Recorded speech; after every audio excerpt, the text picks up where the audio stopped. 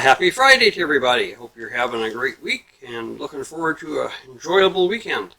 And here it is, it's Friday, so it's time for our shoutouts, our story, and our groaner of the week. So let's start off with shoutouts. Well, this week we've got 2 mail calls to do, and one is from T&C Diggers. So let's get that open and have a look. I pre-slit the envelopes to make it easier. It says, "Hi Ian, we're getting better stickers made. These are inside only and not water resistant. I will send you some as soon as they arrive. Thanks, Freddie." Oh, so there we go. There's a nice looking sticker. I don't know if you can see that. T&C Diggers. They do metal detecting, as you can probably tell from the sticker itself. So be sure and check them out. It's a father and son team that go out together and do some detecting and that. Sometimes just a dad by himself, but that's great. So I got 2. I got one for my friend's board, and I'll wait for the water and weatherproof ones to put one on my bucket. But thank you so much, Freddie from T&C Diggers. Please check them out, T&C Diggers. It's great.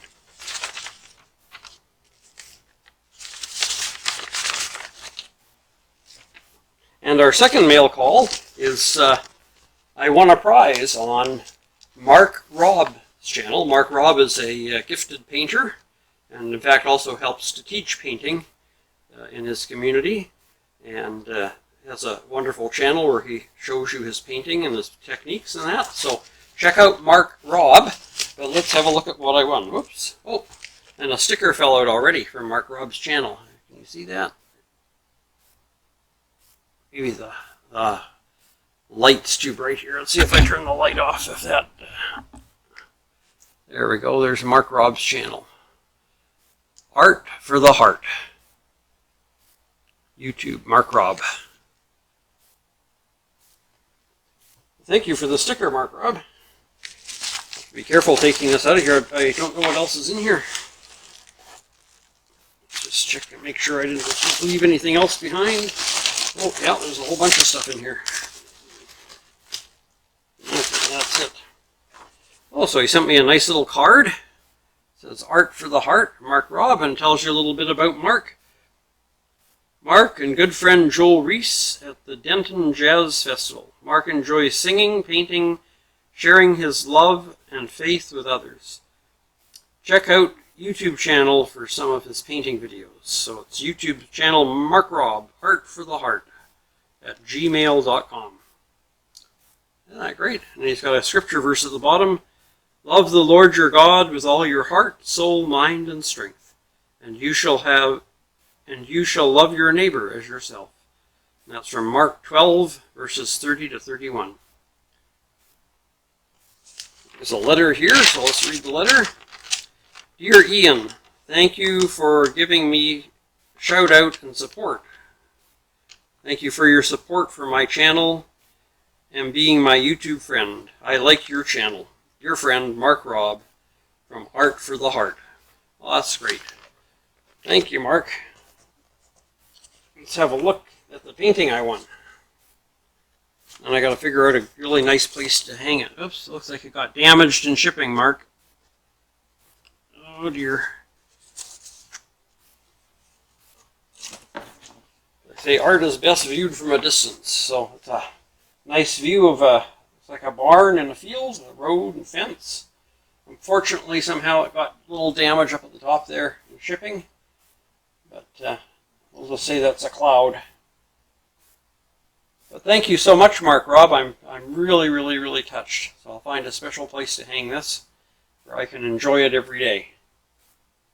That's great. So if you haven't checked out Mark Rob's channel, that's someone you need to go and check out. So it's just Mark Rob, and just put that in the search bar and you'll get it. And T&C Diggers is the other one. So those are our shout outs for today, Mark Rob and T&C Diggers. All right.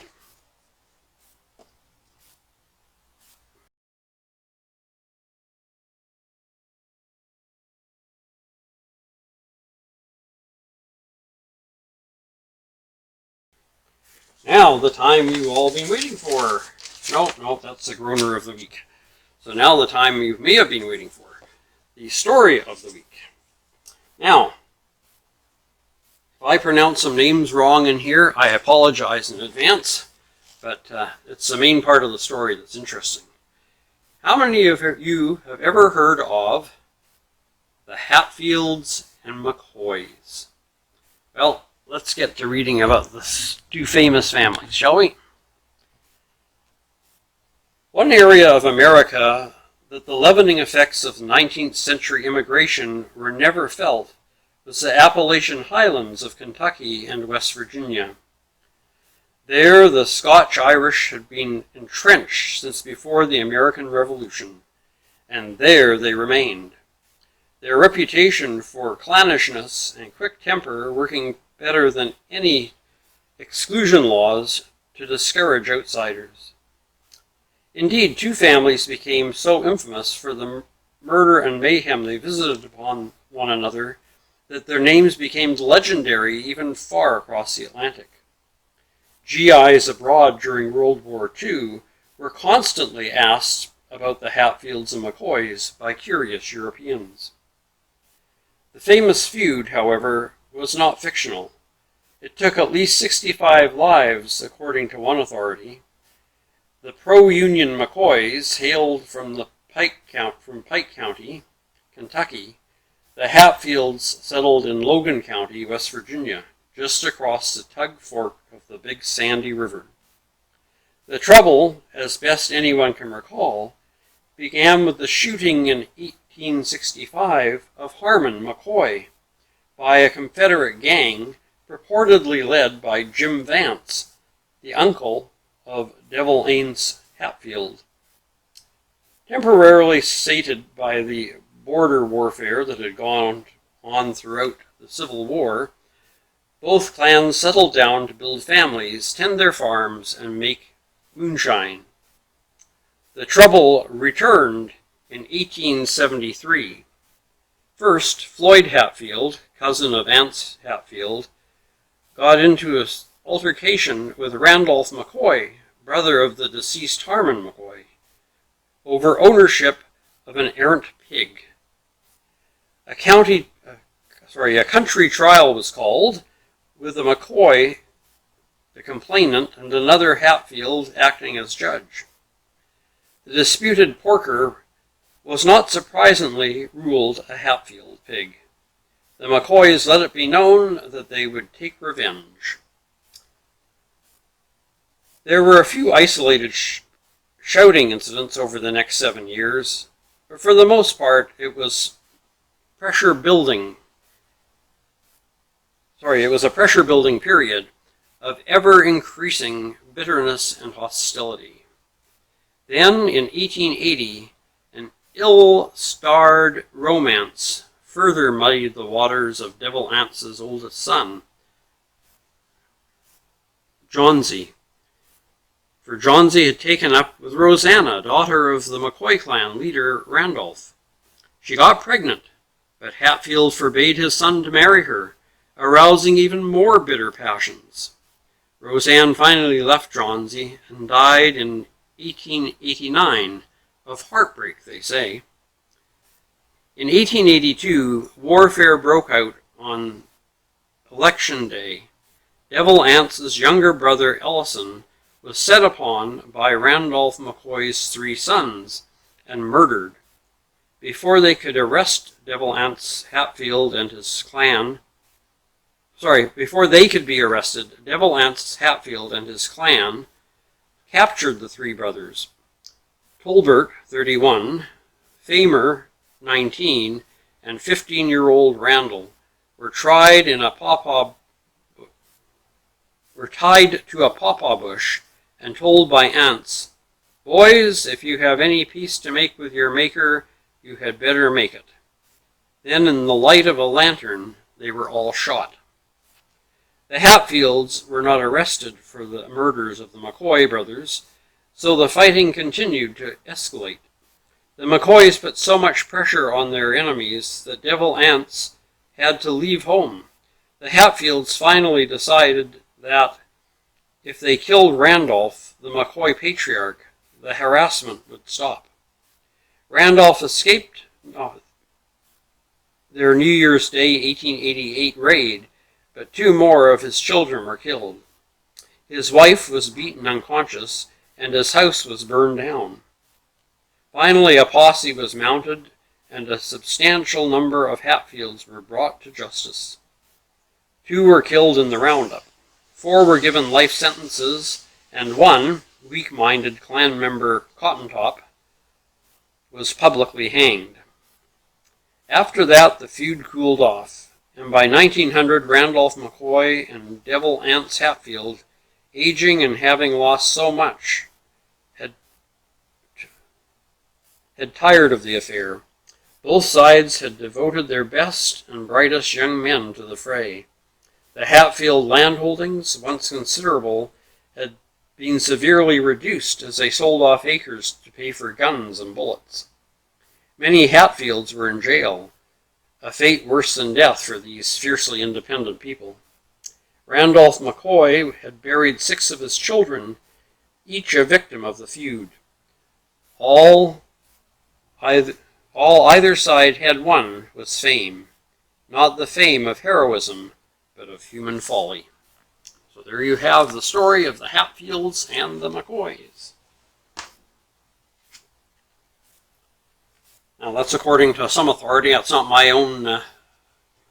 own words of authority. So if you've heard different stories, well, so be it. Anyway, now it's time for the groaner of the week. Alrighty. Well, once upon a time, many years ago, there was 2 neighboring towns. This is like way back. In one town, they built their abodes out of sticks and mud and packed them together tightly and put thatch roofs on. In the neighboring town, who considered themselves much better and more aloof, built intricately woven grass houses. They're beautiful looking, nicely kept up, and because they knew how to weave grass and make these lovely homes, they looked down on the village next door that had the mud huts. And so, kind of like the Hatfields and McCoys, a rivalry broke out. And they were constantly going at it, stealing things from each other, fighting over it. Well, the leader of the clan that lived in the mud and thatched tree houses was given a beautiful chair. Just a gorgeous, gorgeous chair by an explorer who came through. And that became his throne. And so whenever there was a clan meeting or he had to make judgment about something, he would bring out this fancy, fancy chair and he would sit in it and pronounce his judgment or his thoughts.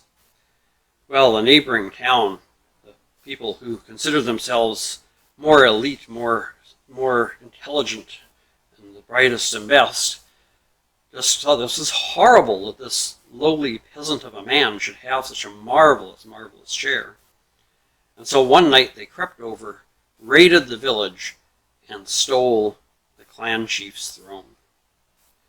Well, the minute they got back to their village, they realized that their folly was that the other clan would just come and steal it back. So they had to hide it. And they thought, where can we hide this? So they looked through the village and they finally decided that the chief's house, which was the biggest in the village, was the best place.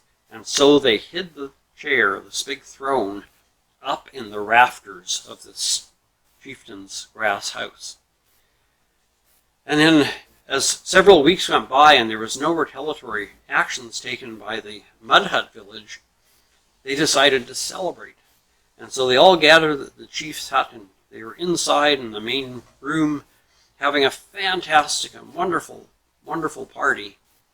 And suddenly the weight of this chair, this elaborate throne, became too much for the rafters to support, and it fell, bringing the grass hut down with it and killing everybody who was there.